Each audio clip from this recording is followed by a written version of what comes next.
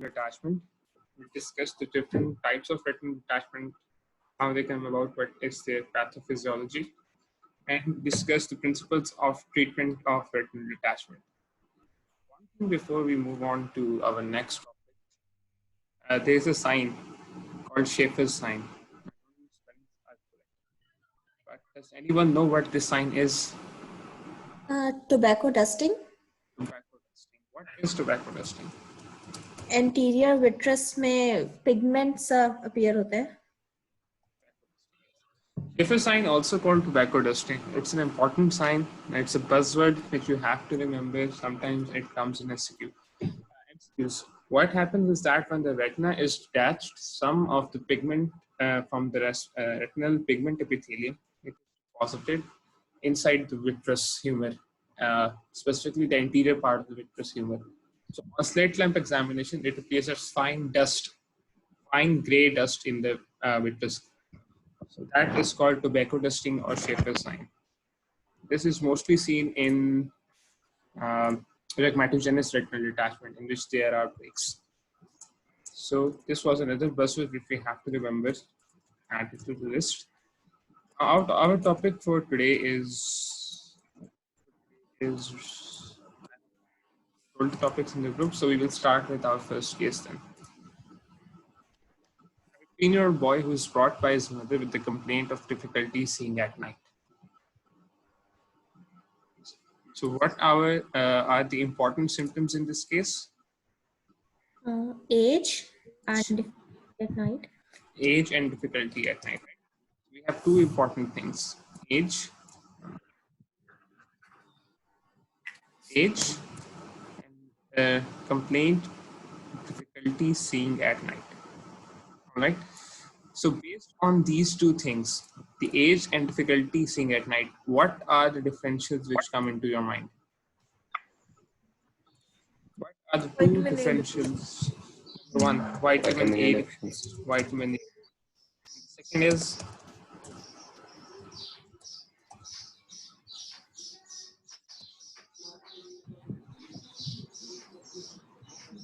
one is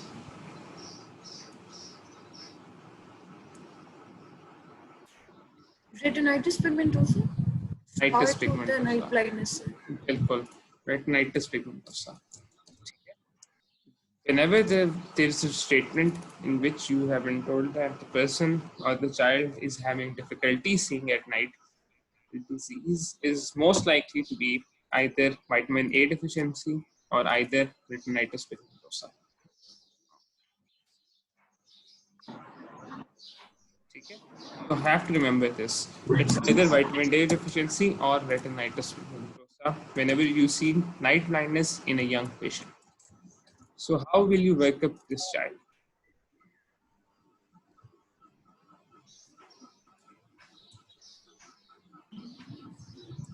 Visual acuity. Visual acuity. His visual acuity, because he has difficulty seeing at night, visual acuity in the dark is less. It's by 18, let's say bilaterally, something that is affecting both eyes. Right? In the dark. Better in light.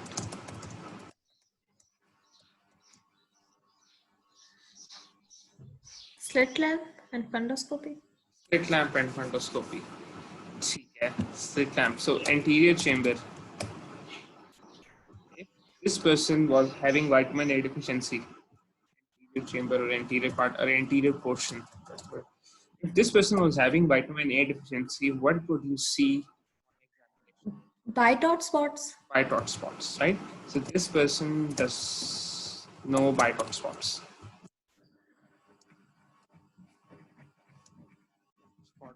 This was our examination of the anterior chamber. Coming on to the fundoscopy. This very image, which will get better.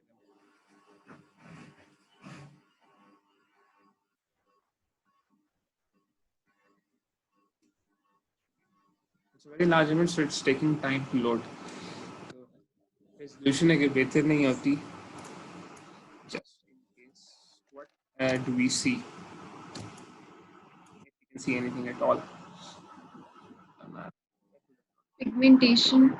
Pigmentation, right? दोबारा कर लेता हूँ इसको इधर.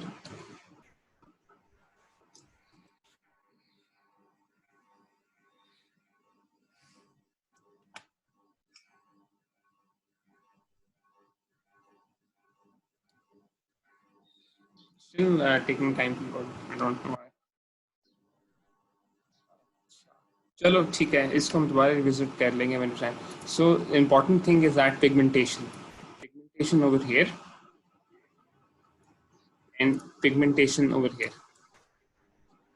This area, black colored pigmentation. So if any of you have has studied retinitis pigmentosa, they will know that these black pigmentary spots, they are called what? Bony spicules या corpuscles. Corpuscles or spicules? Which spicules or corpuscles? Bony spicular process, right?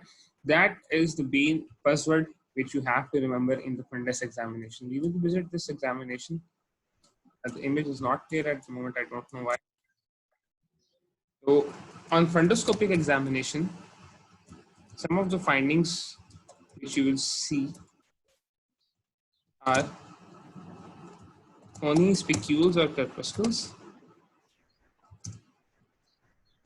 Where are they situated or located? On the vessels. Around the vessels mostly, and in the periphery. In the periphery. They have invaded the macula, but they start at the periphery. At periphery and some at the macula. So bony spicules at the periphery.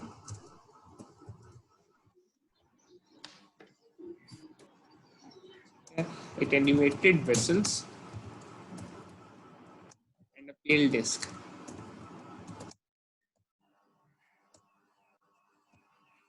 अब और क्या करना चाहेंगे आप? Dark adaptation test. Dark adaptation test. Dark adaptation test you perform. Dark adaptation is prolonged. It takes more time to adapt in the dark. Any other investigation?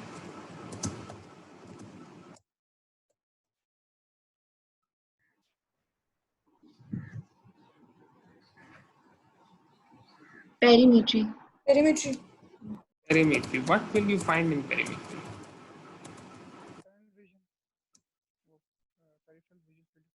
किसी की आवाज मुझे बहुत हल्की आ रही है, बहुत मामूली सी.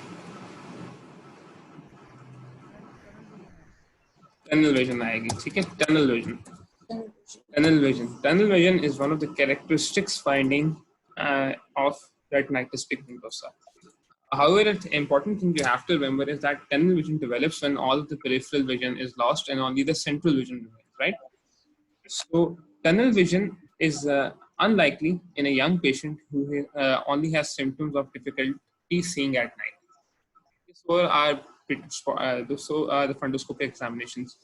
The important point being that tunnel vision appears further down the line, and yes, it is a very important finding on perimetry in a patient of retinitis pigmentosa. और आप क्या कहना चाहेंगे? Electroretinography. Electroretinography ये क्या होती है? Electric current measure करते हैं rods और cones. Potentials. ठीक है. So electrophysiological investigations. This time brain में when we do electrophysiological investigations of the brain, it's called electroencephalography. Yes. We do it of the heart, it's called electrocardiography. And when we do it of the eyes, it's called electroretinography. And there's another one called electrooculography. These are two important investigations.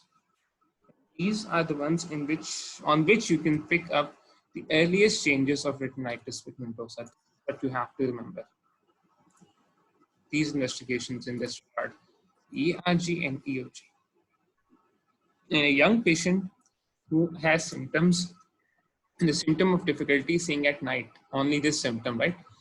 This patient, it is unlikely that the fundoscopy shows a full-blown picture or a full-blown image of retinitis pigmentosa.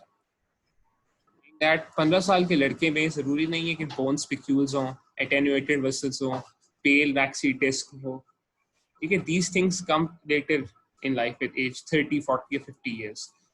A younger patient, before these symptoms develop, before these signs can be elicited on the fundoscopy, before tunnel vision develops, the earliest changes can be recorded on these two investigations.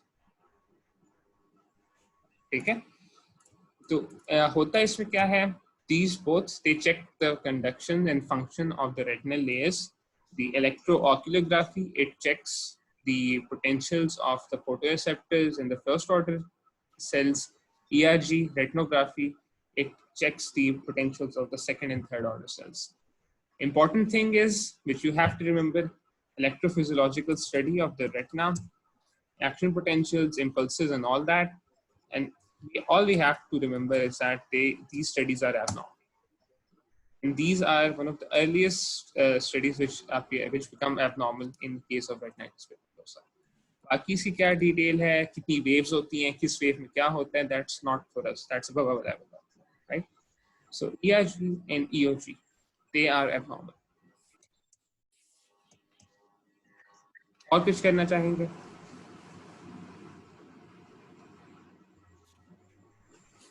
Treatment में? Treatment की तरफ. So are you confident in your diagnosis? What is your diagnosis? Retinitis pigmentosa. Retinitis pigmentosa.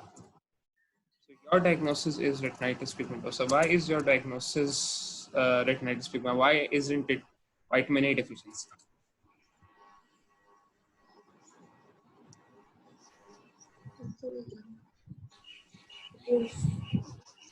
Brighter spots नहीं है. Okay, number one, the signs of vitamin A deficiency are in there. All right. और क्या हो सकता है?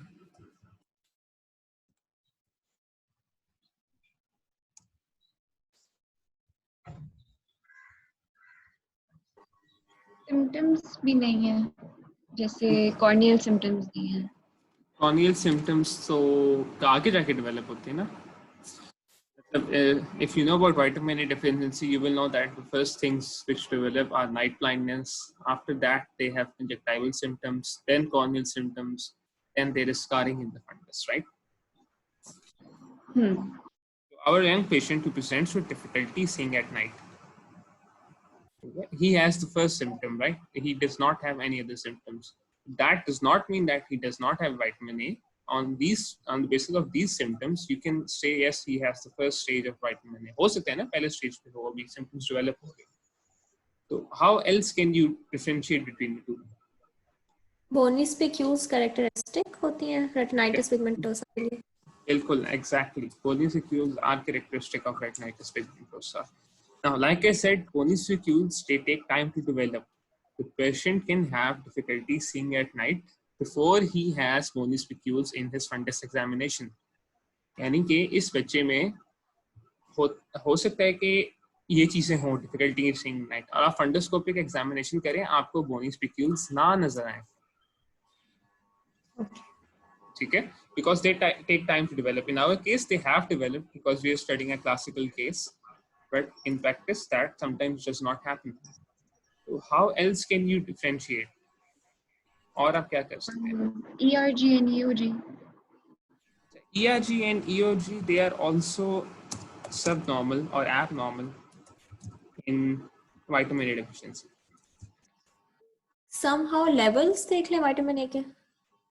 Levels देख लें vitamin A के, ठीक है? That is good.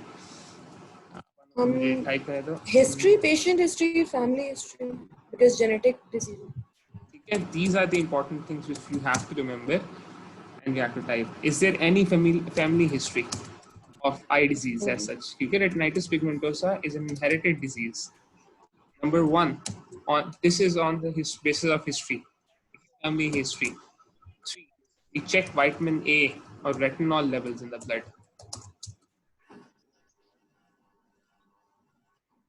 Vitamin A levels in the vitamin A levels, basically this is the important thing which you have.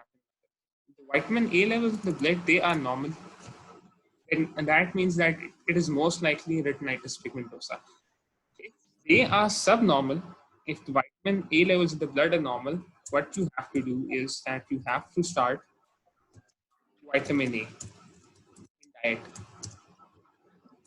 This means that you either give vitamin A in the form of injections, retinol injections, and you have to start foods which are rich in vitamin A, including carrots and all that. Now, if the vitamin A diet, vitamin A, it increases the vitamin A levels of the blood, and secondly, if the symptoms go away, then yes, it is vitamin A deficiency. Also, with the vitamin A rich diet, the ERG and EOG, they return to normal. And this is also a vitamin A deficiency. However, if the vitamin A levels in the blood, they are normal, increasing vitamin A in the diet does not cause the ERG and the EOG to return to normal, then this is most likely retinitis pigmentosa. Why is it necessary that we have to differentiate between the two?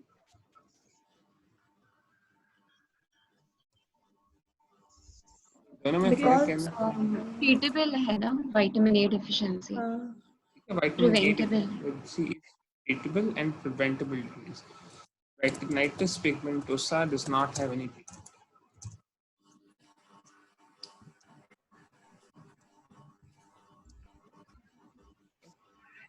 This is you have to remember. This picture will not be my resolution. Give me a minute.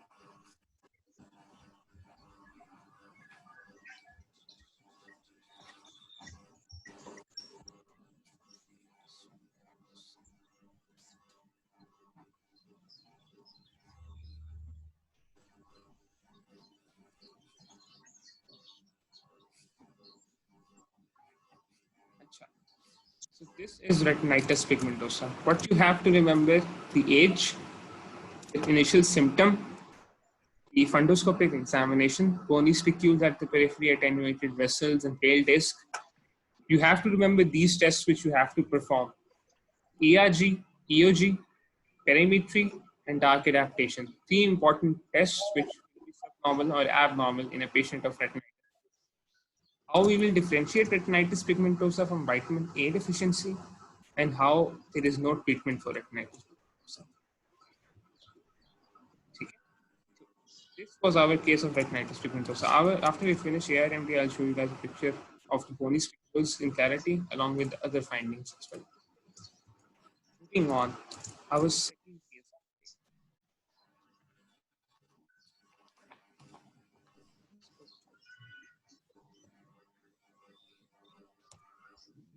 What are the important symptoms in this case? The age of the woman. Age of the woman. So, the age of the woman is important. rapid loss of vision. Rapid loss of vision. Rapid loss of vision and Unilateral. Unilateral. her right eye. So you have three important points of it. There is loss of vision in an elderly patient, and that loss is rapid. What are your differentials for a rapid loss of unilateral vision? Retinal detachment, central retinal artery vein occlusion. RD, retinal detachment. It's called central retinal vein occlusion, central retinal artery occlusion. CRAO is extremely rapid. It's almost sudden. CRVO occurs over hours to days, not as sudden, but is suddenly rapid. Angle closure glaucoma, acute angle closure glaucoma, sudden loss of it. Or trauma, rapid loss of vision or sudden loss of vision. Or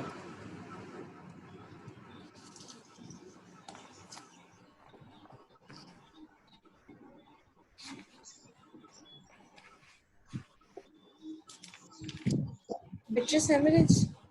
Vitreous hemorrhage. One more.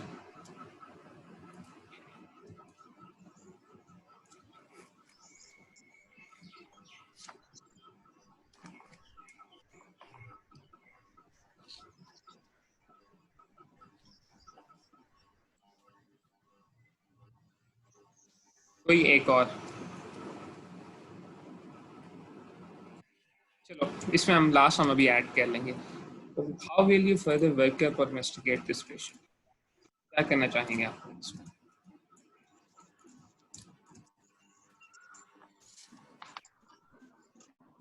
Visual acuity.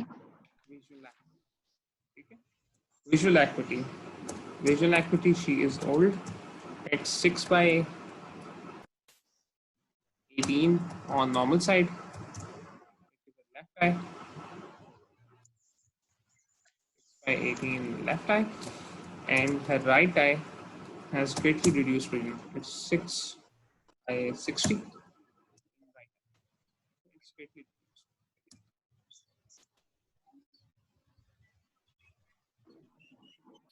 Perimetry. Perimetry. Perimetry. Perimetry shows us whether the field loss or the loss of vision, the extent of the loss of vision, and the part of the fundus which is affected. So perimetry shows central loss of vision.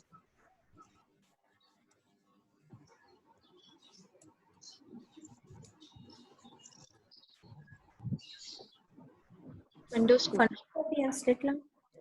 Fundoscopy and slit lamp. Okay? Slit lamp. Anterior chamber is unremarkable. Examination. This is what you see. इसमें इतना बड़ा ऊपर उसने लिखा हुआ है which I can't help it. And also the things are labeled. So this is a very good slide picture. That's why I chose it. Okay. Even though things have been already been labeled, appreciate them.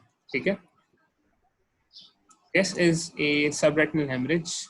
Why is it a subretinal hemorrhage? How is it a subretinal hemorrhage? We will discuss later on. So our first finding is that there is a hemorrhage at which area? Macular. Macular. At the macular area. Okay. There's a hemorrhage at the macular area. How do we know it's a hemorrhage?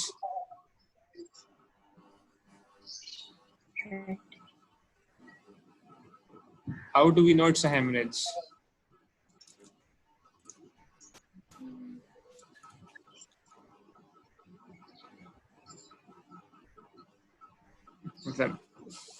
Any simple guesses over the top of your head? Red. Exactly, it's red. Simple edema would have caused just a slight elevation with a loss of reflex. Okay, this is red, and the redness is seeping towards the disc. Okay, it's seeping towards the disc. Now, this white, this different stripe pattern you're seeing, it's actually because of the choroid vessels underneath. So don't get confused by that. Is there anything other which is abnormal with this picture, with this fundoscopic examination? Around the optic disc. Optic disc. Around the optic disc. Okay, so we can see somewhat pallor around the optic disc. Right? So keep in mind the diseases which you have studied up till now. Keep in mind the diseases which you have studied up till now, all of those diseases. And tell me the important negatives which are absent in this case of a disease infecting the macula, affecting the macula. Important negatives.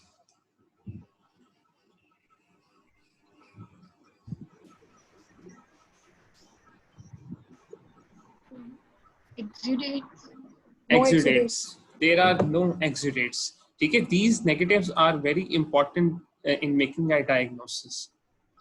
There are no exudates. No exudates anywhere in the retina. Okay, no exudates anywhere. One green arrow for no exudates. Any other important negative? Neovascularization. नहीं है. There is no neovascularization. ठीक है? There is no neovascularization. What else is absent? Cotton wool spots. Cotton wool spots. There are no cotton wool spots along the vessels. Okay? There are no cotton wool spots along with hard exudates. और क्या?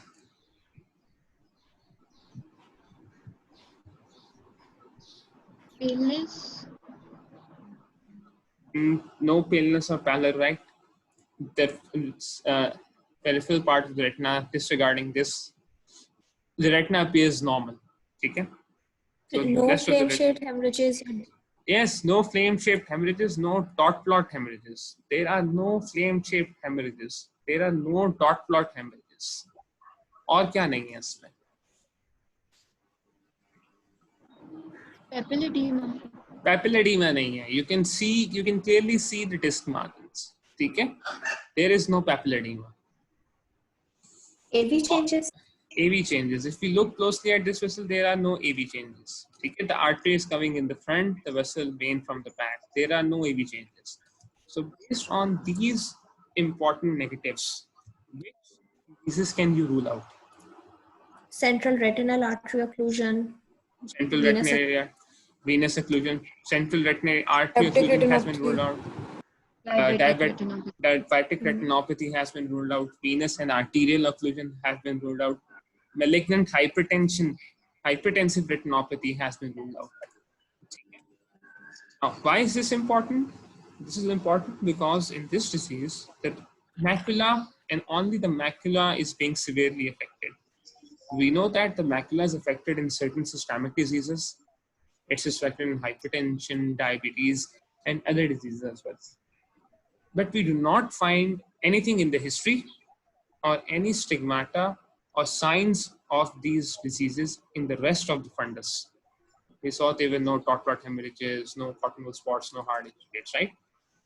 So on examination of the fundoscopic examination, we see the hemorrhage in the macular area. Yes, slight paleness or some paleness around the disc.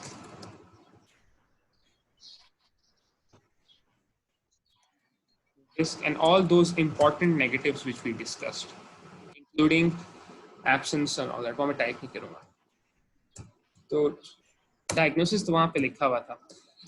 What else? What important investigations else do you need to do?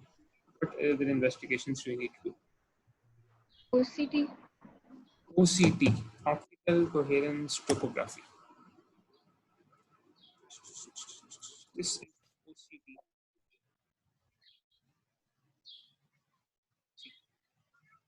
Now, do you understand why this is a subretinal hemorrhage?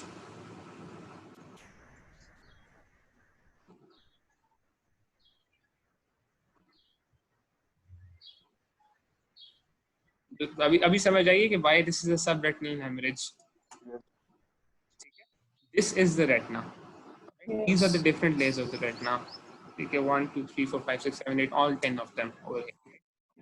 Now, when we look closely at the retina, okay, this bright light is supposed to be the pigment epithelium layer, right? We can see that there is fluid between the retina and this place, which is most probably the photoreceptor layer. And beneath this photoreceptor layer, there is this pigment epithelium layer. तो सबसे जो नीचे white line है ना, इसको देखें. सबसे नीचे जो white line जा रही है. ठीक है, I can trace it up till here, and after that it becomes hazy. The white line above this one, I can trace it over here. Okay, so we have something wrong of fluid accumulation at two different places. One is between the sensory retina and the pigment retina, and one is pigment retina meaning the photoreceptor layer, and one is beneath this pigment retina, between the choroid and the retina. Okay, this last layer, fluid over here.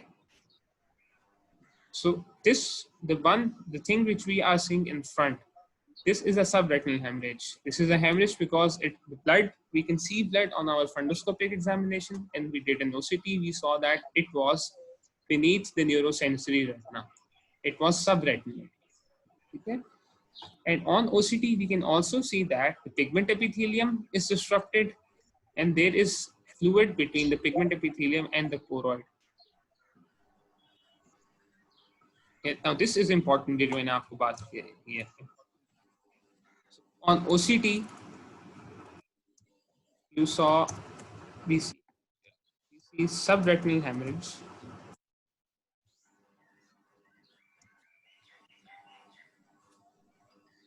जो भी spelling करते हैं hemorrhage. At the macula, we also saw fluid and or edema or exudate beneath the pigment epithelium. Any other investigation which you would want to do?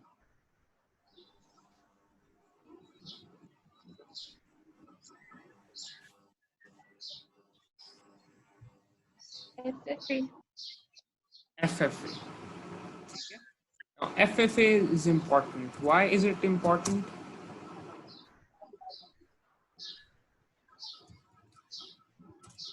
FFA का मकसद क्या होता है? FFA is used to look at the vessels and their permeability. So FFA will tell us that all right, there is subretinal hemorrhage, there is fluid, so it will show leakage around the macula. There's another investigation which we want to do specifically, similar to FFA. What is that investigation? It is similar to FFA.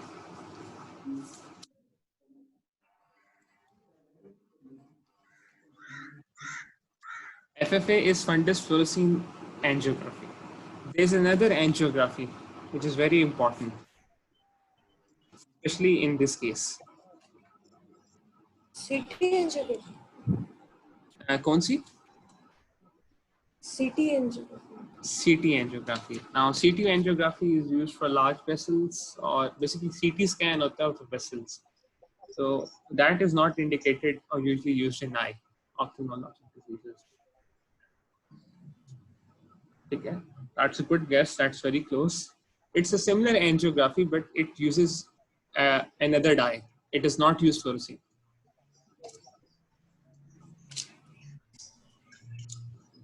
Okay. Yes, exactly. This is very important. This is indocyanine green angiography. Indocyanine dye. It's a dye. So why is this angiography important in this case specifically?